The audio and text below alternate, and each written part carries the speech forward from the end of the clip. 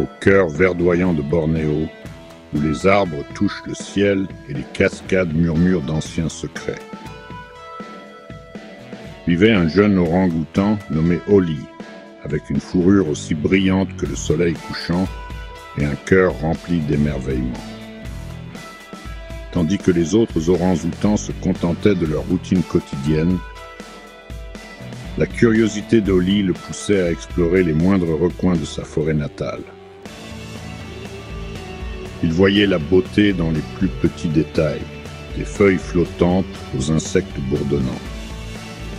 Il passait des heures à contempler les nuages, imaginant des voyages fantastiques.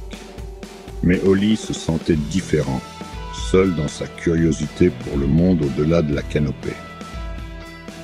Un matin fatidique, alors qu'Oli grimpait à sa branche préférée pour réfléchir, un mystérieux scintillement de lumière attira son attention, caché parmi les feuilles comme un trésor secret. C'était une loupe, oubliée par un scientifique distrait. Oli la ramassa, ses doigts parcourant la surface lisse et froide, s'interrogeant sur son utilité.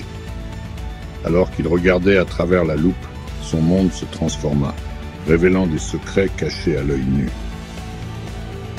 Soudain, les moindres détails de sa forêt natale devinrent un tout nouveau monde à explorer. Avec son nouveau trésor, la curiosité d'Oli ne connut plus de limites. Chaque feuille, chaque fleur, chaque petite créature devint une nouvelle aventure à découvrir.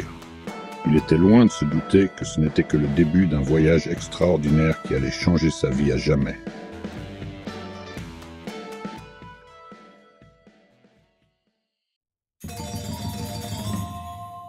Soudain, les moindres détails prirent vie sous ses yeux. Une goutte de rosée devint un océan. Une feuille se transforma en un vaste terrain de jeu verdoyant. Il fit la connaissance de Mimi, une minuscule fourmi architecte construisant des structures complexes. Bonjour. Ensuite, il rencontra Léo, un caméléon timide qu'on pouvait à peine distinguer sur une branche. Je te vois. À la tombée de la nuit, Oli fit la connaissance de Bella, une chauve-souris myope. Il l'aida à se déplacer en utilisant sa loupe pour repérer les insectes.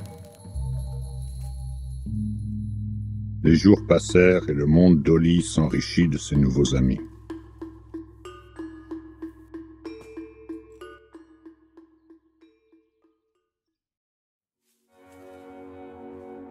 Mais un après-midi, des nuages noirs s'amoncelèrent, annonçant une terrible tempête.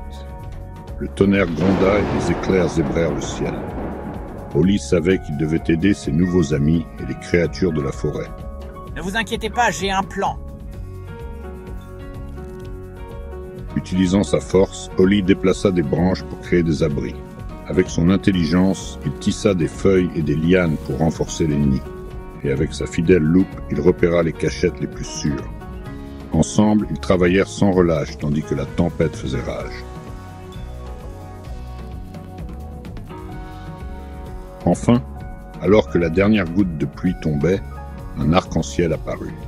La forêt émergea, meurtrie mais saine et sauve, grâce à leurs efforts. Alors qu'Oli regardait ses amis autour de lui, il réalisa quelque chose d'important. Chaque créature, aussi petite soit-elle, avait joué un rôle crucial. Sa loupe lui avait montré bien plus que de simples détails minuscules. Elle lui avait révélé la vraie beauté de la coopération et de l'amitié.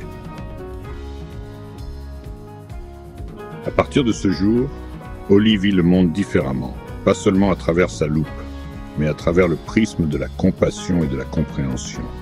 Et ainsi, la plus grande aventure d'Oli ne se trouvait pas dans ses rêves, mais ici même, au cœur de sa forêt natale, où chaque jour apportait de nouvelles merveilles à découvrir et de nouveaux amis avec qui les partager.